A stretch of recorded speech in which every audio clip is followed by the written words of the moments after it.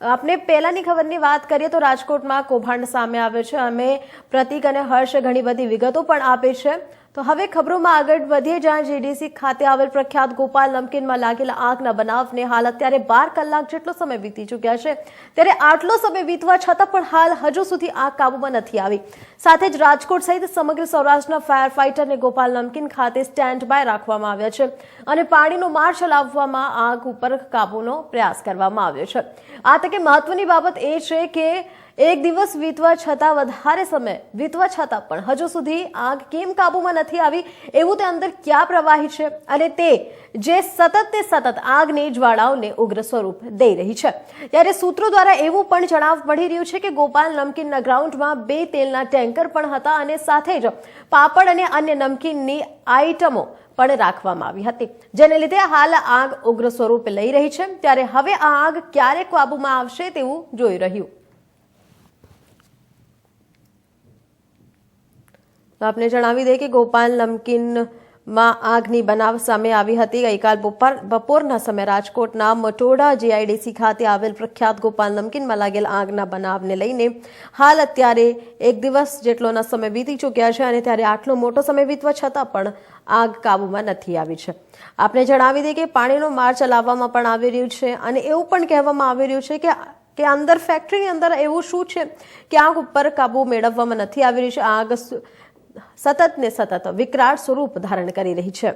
એવું કહેવામાં આવ્યું છે કે તે ગ્રાઉન્ડમાં 2 તેલના ટેન્કર પણ હતા, જે સાથે જ પાપડ અને આ નમકીનની આઈટમો પણ રાખવામાં આવી હતી, જેને લીધે હાલ આગ ઉગ્ર સ્વરૂપ ધારણ કરી રહી છે. હવે આ આગ ક્યારે કાબુ લેવામાં આવશે તે જોયું રહ્યું.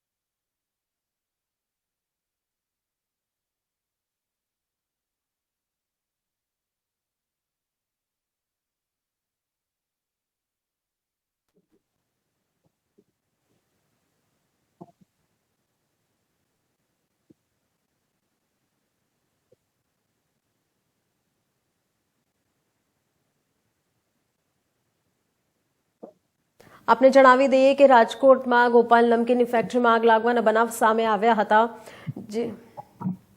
અમારા સહયોગી હર્ષ ફરીથી મારી સાથે જોડાઈ ચૂક્યા છે. હર્ષ, જે રીતે ગઈકાલની આ ઘટના છે, તો અત્યારે આ ઘટના ઉપર તમારી પાસે શું વિગત છે? આગ કાબૂમાં લેવામાં આવી છે કે નહીં અત્યારે?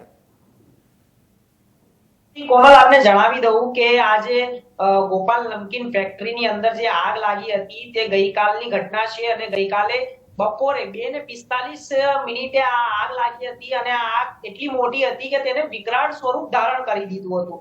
કે જેવી રીતે તમને દ્રશ્યોમાં દેખાતું હશે, સ્ક્રીન ઉપર પણ દેખાતું હશે કે જેવા દ્રશ્યો, જે કાળા ડિબાંગ વાદળો સર્જાઈ ગયા હતા. અને વાત કરીએ આખી આ ઘટનાની, તો ઘટનાની અંદર એવું છે કે શોર્ટ સર્કિટના કારણે અથવા તો જે તે ગોપાલ નમકીનનું પેકિંગ થાય છે, પેકિંગના જે પ્લાસ્ટિકના રેપર હોય છે, તેના કારણે પણ શોર્ટ સર્કિટ થવાનું અને એક સામે આવી રહ્યું છે, વાત સામે આવી રહી છે.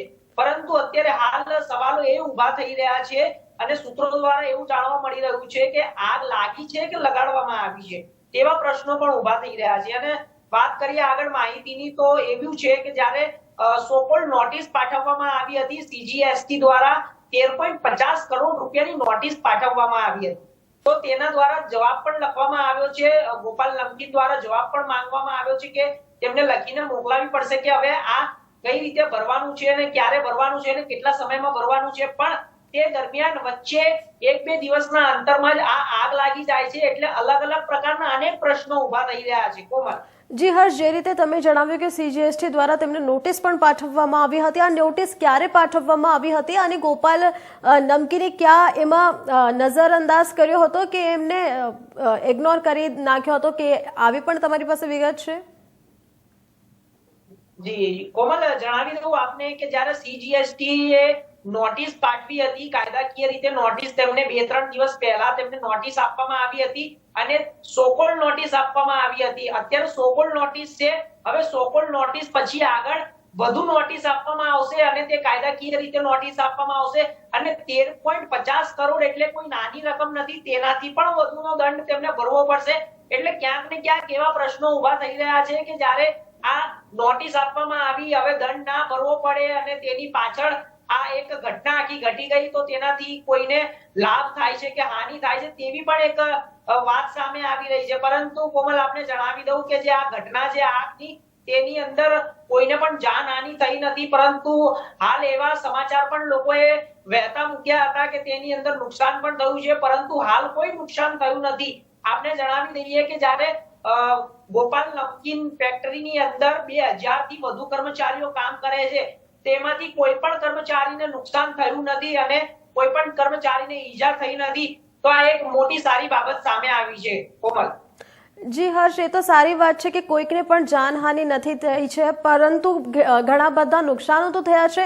અને રાજકોટમાં જ કેમ આવી ઘટના સામે આવી રહી છે? કેમ કે 6 માસ પહેલાની વાત છે કે રાજકોટના TRP મોલમાં પણ આગ લાગી હતી, 26 થી 27 લોકોએ તેમના જાન પણ ગુમાવ્યા હતા, ત્યારે પણ એક મોટા આગે સ્વરૂપ ધારણ કર્યું હતું અને 1 દિવસ લાગી ગયો હતો આગ ઉપર કાબુ મેળવવા માટે, અને 6 માસ પછી ફરીથી આ ઘટના સામે આવી છે। શું પ્રશાસન તરફથી જ્યારે ફાયર સેફટીની જે ચેકિંગ હતી એ કરવામાં આવી રહી હતી, તે પણ એવી લાપરવાહી સામે આવી છે, પ્રશાસન હવે શું એક્શન લેશે એના પર? જી ચોક્કસથી કોમલ, આપણે જણાવી દઉં કે જો આ ઘટનાની વાત એવી છે કે આગ તો કોઈ પણ સમયે પ્રસરી શકે છે ને લાગી શકે છે અને આગ લાગવાના કારણો ઘણા બધા હોઈ શકે છે। જેવી રીતે તમે કીધું કે ફાયર સેફટીનો અભાવ હોય, કાં તો શોર્ટ સર્કિટના કારણે આગ લાગી હોય, કાં તો કોઈ પ્રવાહીના કારણે આગ લાગી હોય કે કોઈ પણ એવું કેમિકલ હોય તે ઢોળાઈ ગયું હોય અને આગ લાગી ગઈ હોય ને આગ પકડી લીધી હોય અને એને વિકરાળ સ્વરૂપ ધારણ કરી લીધું હોય, એટલે એવી ઘણી બધી ઘટનાઓ છે આગ લાગવાની। પરંતુ હાલ આની અંદર પ્રશાસન તો પોતે કામ કરી રહ્યું છે, પ્રશાસનની સારી કામગીરી સામે આવી રહી છે। દરેક જગ્યાએ પ્રશાસન ફાયર સેફટીના માટે દરેક પગલા લઈ રહી છે, પરંતુ વાત એવી છે કે જ્યારે આગ લાગવાની ઘટના સામે આવતી હોય છે તો તેના માટે પણ અનેક પગલાઓ લેવાતા હોય છે। જી કોમલ। જી હર્ષ, માહિતી આપવા બદલ આપનો ખૂબ ખૂબ આભાર। પ્રતિક, આપનો પણ ખૂબ ખૂબ આભાર માહિતી આપવા બદલ। તો આપે જણાવી દઈએ કે જે રીતે આગ ઉપર અત્યાર પણ કાબુ નથી મેળવવામાં આવ્યું છે અને એમાં પણ એ સવાલો ઊભા થઈ રહ્યા છે કે આગ લગાડવામાં આવી છે કે આગ લાગી છે, એ જોવાનું રહેશે। અત્યારે વિગતમાં આટલું જ। જોતા રહો ઇન્ડિયા ન્યૂઝ ગુજરાત।